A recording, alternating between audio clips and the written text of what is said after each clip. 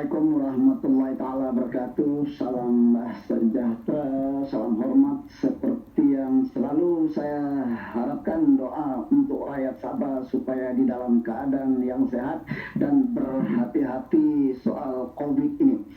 Dan ini berulang-ulang saya katakan bahwa di dalam kepercayaan Buddha bahwa istilah karma atau di dalam Islam kifara ataupun kafara, bahwa mereka yang mengkhianati kawan ataupun teman-teman seperjuangan biasanya akan kita lihat hukuman itu sama ada di dunia ataupun di akhirat. Jadi melalui apa kepimpinan-kepimpinan yang dilakukan Tan Sri Muhyiddin bersama teman-teman Azmin Ali, jelas bahwa inilah musim dia untuk mereka menerima habuan kesan perbuatan-perbuatan mereka yang dulu meninggalkan kerajaan PH.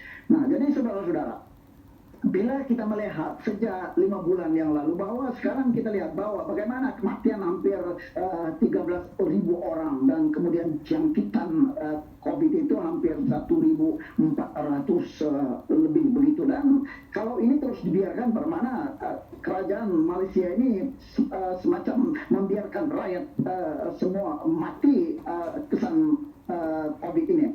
Dan kemudian bila kita lihat di dalam persidangan ataupun di dalam jawaban-jawaban yang dilakukan oleh pemimpin-pemimpin Perikatan Nasionalnya, jelas bahwa semua mereka ini berdalih dan berbohong, berdalih dan berbohong. Dan sebenarnya rakyat memerhati apa yang mereka lakukan. Misalnya kadang-kadang ya, dalam persidangan tidak ada suara ataupun tidak ada perbincangan secara diizinkan yang berhormat untuk hadir dan kemudian membincangkan. Kemudian sesudah itu bila mereka berjanji untuk mengadakan jawaban tentang isninnya, kemudian ditangguhkan. Dan ini satu penipuan yang jelas dilakukan oleh pemimpin-pemimpin Perikatan Nasional, sebab mereka sebenarnya khawatir untuk berhadapan dengan wakil-wakil rakyat.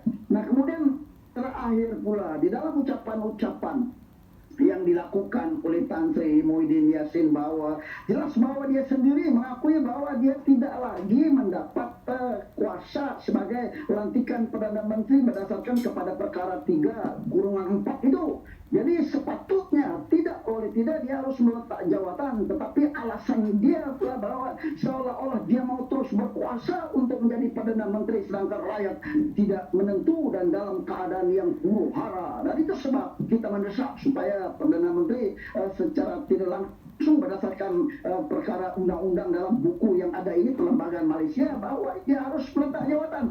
Tetapi mereka terus mau berkuasa karena di sebalik itu barangkali ada sesuatu yang mereka lakukan dan tidak mau pemimpin-pemimpin yang akan datang terus tahu isu-isu yang mereka lakukan di dalam soal-soal perbelanjaan keuangan hampir 600 bilion dibelanjakan begitu mudah, begitu tanpa dibawa ke parlemen. Dan ini adalah memang bertentangan dengan peraturan-peraturan yang ada di dalam perlembagaan ataupun tidak dibincangkan di parlemen. Dan ini keadaannya rakyat bertanya.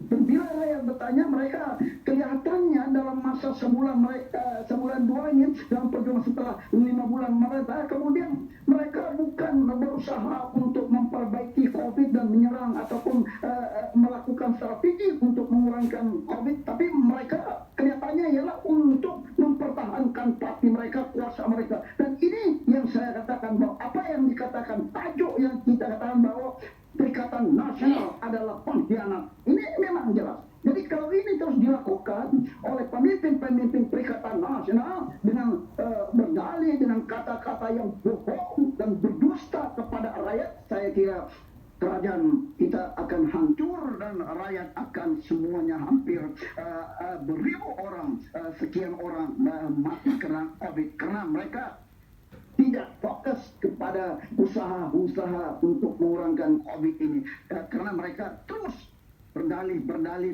berbohong dan terus mempertahankan. Dan kemudian pula bila kita dengar dalam ucapan Perdana Menteri yang baru-baru ini bahwa seolah-olah mereka dalam masa sebulan untuk September baru adakan persidangan, dan ini adalah peluang untuk mereka membeli wakil rakyat. Dan jelas bahwa kemarin diumumkan bahwa dia dia akan memberikan jawatan kenyang kepada pembangkang, dan ini jelas satu rasuah. Dan kalau ini terus berlaku, bagaimana kepimpinan di Malaysia ini rusak binasa dan negara akan hancur. Dan itu sebab kita mau satu pemimpin yang terus jujur, tujuan hanya untuk rakyat Malaysia, bukan untuk pribadi. Kepimpinan yang ada, yang sekarang kita nampak bahwa mereka tidak terus dan tidak jujur, terus merasuah dan melakukan pengkhianatan yang terlalu jahat, dan mereka ini tidak boleh dimaafkan. Terus sebagai intro